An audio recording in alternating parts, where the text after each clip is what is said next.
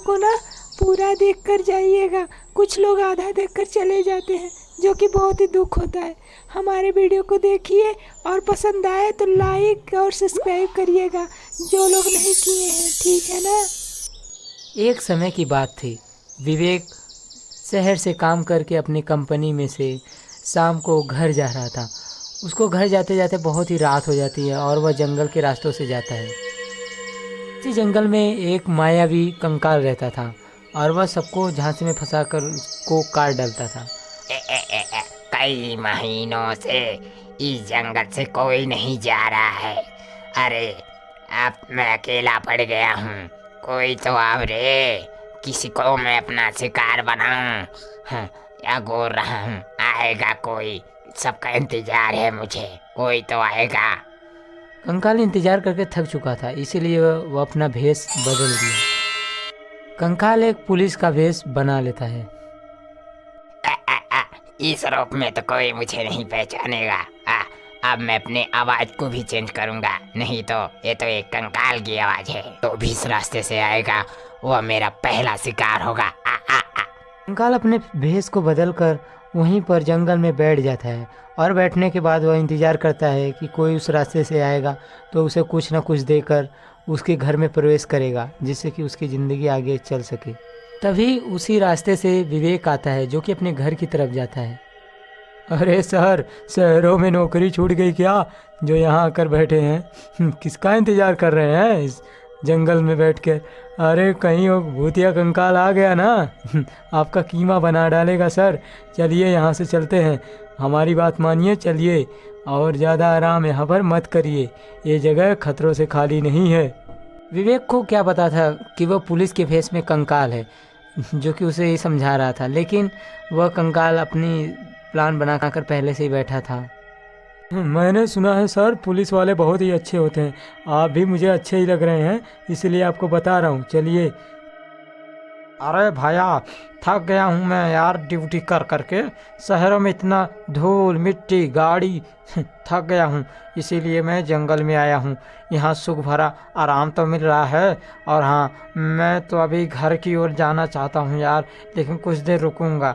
तो भाई मेरा एक काम करो, मैं तुम्हें घड़ी देता हूँ, तुम अपने घर पर लगा देना, और मैं जब आऊँगा तो मुझे दे देना कुछ दिनों बाद। वह सातिर कंकाल विवेक को बहका करके वह अपनी जादुई घड़ी दे देता है, जिससे कि उस घड़ी में जैसे ही 8 बजेंगे तब वह विवेक एक कंगाल के रूप में बदल जाएगा और वह बड़े ही लंबे समय तक जिएगा कंगाल। इसीलिए विवेक उस घड़ी को लेकर अपने घर के दीवार पर लगा देता है। लगाने के बाद देखो माँ, ये घड़ी ना एक पुलिस वाले की थी, उसने मुझे दिए हैं। ओ वैसे तो मैं उस रास्ते से जाऊंगा, मिलेगा तो उसे दे दूंगा, अगर नहीं मिलेगा तो मैं रख लूंगा। वैसे भी अपने घर घड़ी तो नहीं है। देखो कितनी सुंदर लग रही है घड़ी। सभी लोग उस घड़ी को बहुत ही ध्यान से देखते हैं। अरे बेटा विवेक, पगले, कितना पागल है तू। अरे अभी काम करके आया है, खाना पीना खा, और रात होने वाली है पागल, सोना भी तो है। एक घड़ी को ही देखेंगे क्या हम लोग?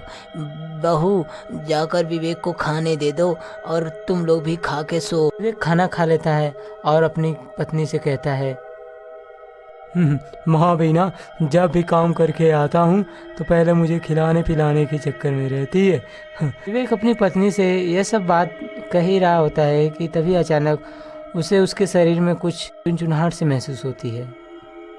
अरे मेरे शरीर के अंदर क्या हो रहा है? अरे झंझनाहट सी महसूस हो रही है। अरे अरे माँ को बुलाओ जल्दी। विवेक के शरीर में वह कंकाल आने लगता है और वह उसका शरीर बहुत ही कांपने लगता है। तभी उसकी पत्नी माँ को बुलाती है। माँ जी जल्दी आइए, देखिए इनको क्या हो रहा है, जल्दी आइए ना।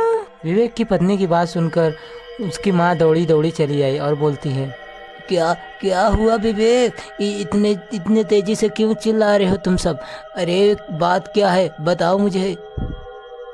माँ ऐसा लग रहा है कि वो घड़ी की आवाज़ मेरे दिमाग में चल रही है। ये कोई जादुई घड़ी लगती है माँ उसे जल्दी नष्ट करो। मुझे कुछ हो रहा है। मुझे लग रहा है कि मैं कुछ कंगाल जैसा बनूंगा। जल्दी जाओ तुम लोग, यहाँ से चले जाओ, वरना मैं तुम सबको मार डालूंगा। माँ जल्दी जाओ, उस घड़ी को गिरा दो। तभी विवेक के अंदर वह कंकाल समा जाता है जो कि उस जादुई घड़ी के कारण हुआ, और वह तेजी से बोलने लगता है। अरे अरे विवेक, ये तो गया। अब इस बुढ़ी बुढ़ियों को निपटाऊंगा मैं। आज तो एक पे दो शिकार मिले हैं मुझे। आजा मेरे जादुई शस्त्र, आज तुम्हें कुछ अच्छे अच्छे मुर्गे मिल जाएंगे। कंकाल अपनी जादुई शक्तियों से अपना शस्त्र मंगा लेता है, जिसके बिना वह कुछ नहीं था, और वह उस शस्त्र से ही सबको काटता है। आ गया मेरा जादुई शस्त्र। अब तुम लोग के हाथ पाँव मैं एकदम कुतर कुतर के काटूंगा, तुम्हें भी अपने जैसा बनाऊंगा मैं। कितने दिनों बाद बहुत ही अच्छे शिकार मिले हैं। कंकाल उन लोग को दौड़ाने लगता है और वो लोग भागने लगते हैं। भी कंकाल के आने से पहले विवेक की पत्नी झाड़ू से उस घड़ी को गिरा देती है, और जो कि जमीन पर गिरकर टूट जाता है। ये तुम लोगों ने सही नहीं किया, इस घड़ी को तो नहीं टूटना था। अरे हर बार मैं चलता रहूँगा क्या? अगली बार मैं बहुत प्लान बना के आऊँगा और तुम सबको पक्का मार दूंगा। अरे मेरी घड़ी। कंकाल की घड़ी टूट जाने के कारण कंकाल की शक्तियाँ बहुत ही तेज़ी से कम हो रही थी, और जो कि वह जलने ही वाला था और विवेक उसके अंदर से आने वाला था, इसलिए कंकाल बहुत ही तड़प रहा था। ये तुम लोग क्या कर दिए रे? मेरी शक्तियाँ कम हो रही है।